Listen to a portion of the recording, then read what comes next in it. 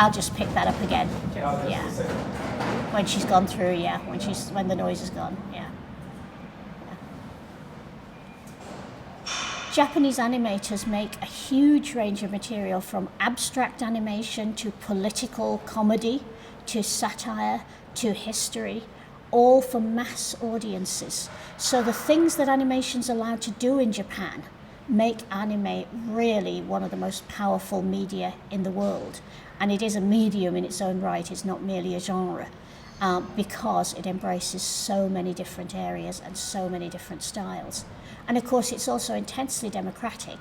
Audiences all over the world are looking at anime, and young filmmakers of all ages, but particularly young filmmakers, are saying, I want to do that.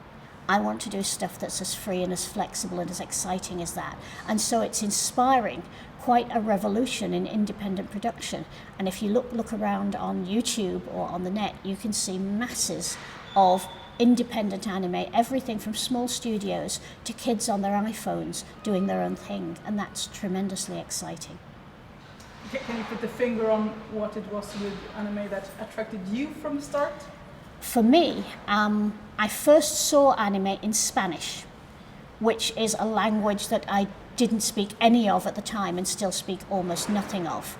But that didn't matter, because I could follow the story just by following the pictures. And I thought that a form that could convey narrative so beautifully, independently of whether you had verbal command or not, was worth following. That was what really attracted me.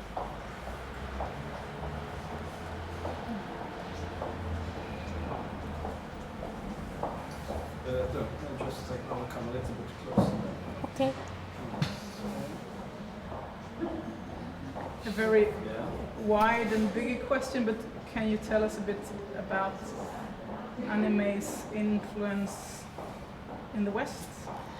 Well, really, it's a two-way street. It's the West's influence on anime as well as anime's influence in the West. Because where animation started out in Japan was when Emile Cole's Phantasmagorie was shown in Tokyo in 1918.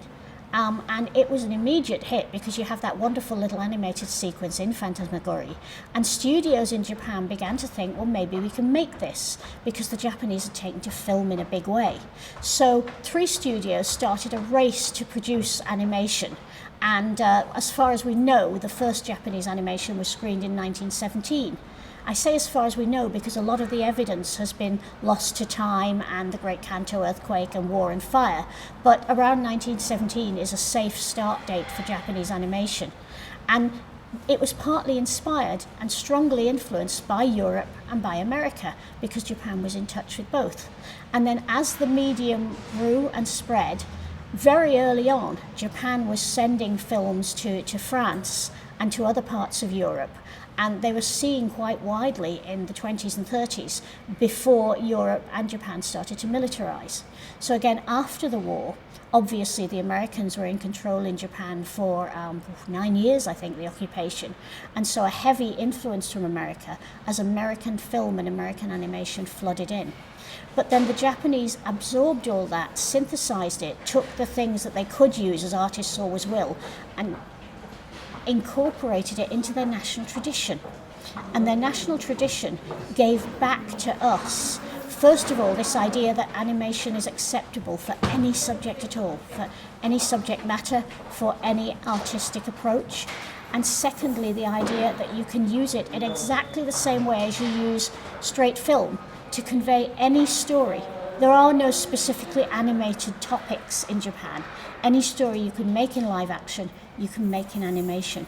And so I think that cross-fertilization, Japan's willingness to absorb and experiment, and then Japan's willingness to share its product with the world, is what's made anime really unique and really powerful, and what's given it so much resonance for other cultures. How big is anime in Japan? Any given week on TV in Japan, you will get between 40 and 72 hours of animation. You will get movies released in the cinema to the tune of 30, 40, 50 a year. If you look at the amount of money that animation generates, a lot of studios are quite cagey with their box office and their merchandising returns, but even so, it is a very considerable output and a big contribution to the Japanese economy, to the extent that the Japanese government have made it part of their strategy for selling Japan overseas, for promoting Japan to other nations. Anime and manga, the Japanese comic book, are probably Japan's two most recognizable exports apart from cars and electronics. And certainly in the generation that's too young to be buying cars, as recognizable as electronics, if not more so. And how big is anime in the Western world? America's the biggest market, and in America it's enormous. For example, I've just got back from a convention that had almost 29,000 people at it, and that's not the largest American convention. The largest has, I believe, around 60, 70,000. So there are a lot of people in America who are willing to travel considerable distances and spend quite a lot of money to spend a weekend celebrating Japanese animation.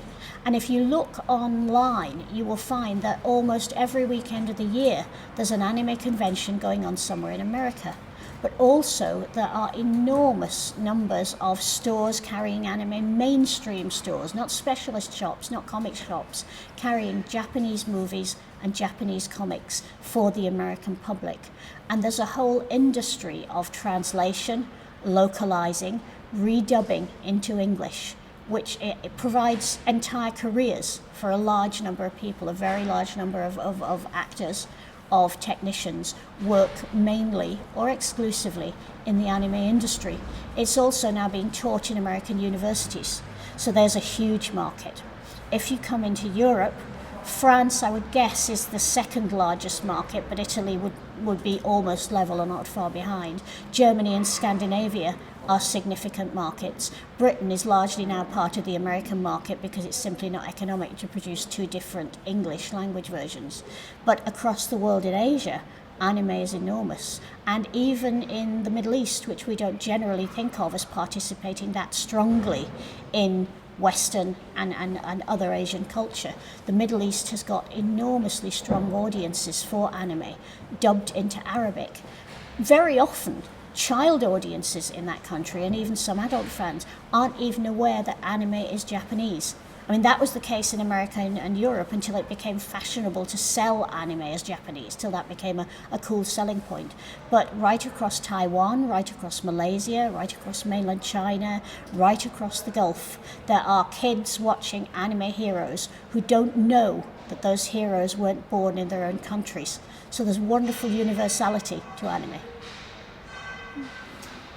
Would you like to describe Astro Boy? Oh, how to describe Astro Boy. Astro Boy is the innocent heart of us all. Astro Boy is the best of us, and Astro Boy is also our great conundrum. The dichotomy of the human soul is usually seen as the fight between selfishness and selflessness, or good and evil as you might describe them, or between free will and between social conformity, and Astro Boy sums those up. There's a wonderful sequence in the original manga by Osamu Tezuka, which was repeated in the TV series, in which somebody says to Astro Boy, you're a robot, you're programmed like the rest of us. And Astro then has this terrible internal debate of, does he really do the right thing because he chooses? Or does he do right and help others because he is programmed to do right and help others? And that's a really interesting question for everybody bringing up children, everybody involved in education. Do we do right because we have a basic human impulse to cooperate and collaborate with other humans? Or do we do right because we've been socially conditioned to do it in that way? So that's the huge philosophical debate that Astro Boy presents and sums up in terms that a 4-year-old child can understand, which I find quite wonderful. And the other huge delight of Astro Boy, which again was embedded by the great Osamu Tezuka, the father of modern anime and manga, is that it is so artistically enthralling. Such diversity of design, such marvelous conception of the different robots and the different people that Astro meets, such playfulness and humour hand in hand with such darkness and such an unflinching realism about the world. Tezuka doesn't say the world is a sunny, happy place. He says whatever the world is, we have to accept it as reality and decide how we're going to deal with it. And that is also a fascinating aspect of Astro Boy that I think should be more studied and should be more widely considered.